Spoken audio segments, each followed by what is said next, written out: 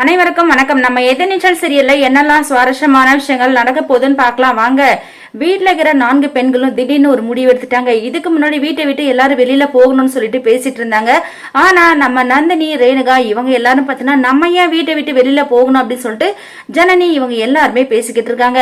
நம்ம வீட்டை விட்டு வெளியில போயிட்டா தோற்று போனதா அர்த்தம் அப்படின்னு சொல்லிட்டு சொல்றாங்க. அதனால நம்ம வீட்டுக்குள்ள இருந்தே சாதிக்கணும். அது மட்டும் இல்லாம இவ்வளவு நாள் நீங்க எல்லாரும் அவங்க வேலையை செஞ்சுட்டு இருந்தீங்க. ரேணுகாக்கா டான்ஸ் கிளாஸ் ஸ்டார்ட் பண்ணாங்க. நீங்க ஃபுட் ப்ராடக்ட் ஸ்டார்ட் பண்ணீங்க. இதெல்லாம் விட்டுட்டு இப்ப நம்ம திடீர்னு விட்டுட்டோம்னா கண்டிப்பா குணசன் நமக்காக பயந்து போய் தான் விட்டுட்டாங்க அப்படின்னு சொல்லிட்டு நினைப்பாங்க அப்படின்னு ஜனனி எல்லாருக்கும் எடுத்து சொல்றாங்க. ஆனா இவங்களுக்குள்ளே இது பிரச்சனை மேல பிரச்சனை போயிட்டுக்கிட்டே இருக்குது.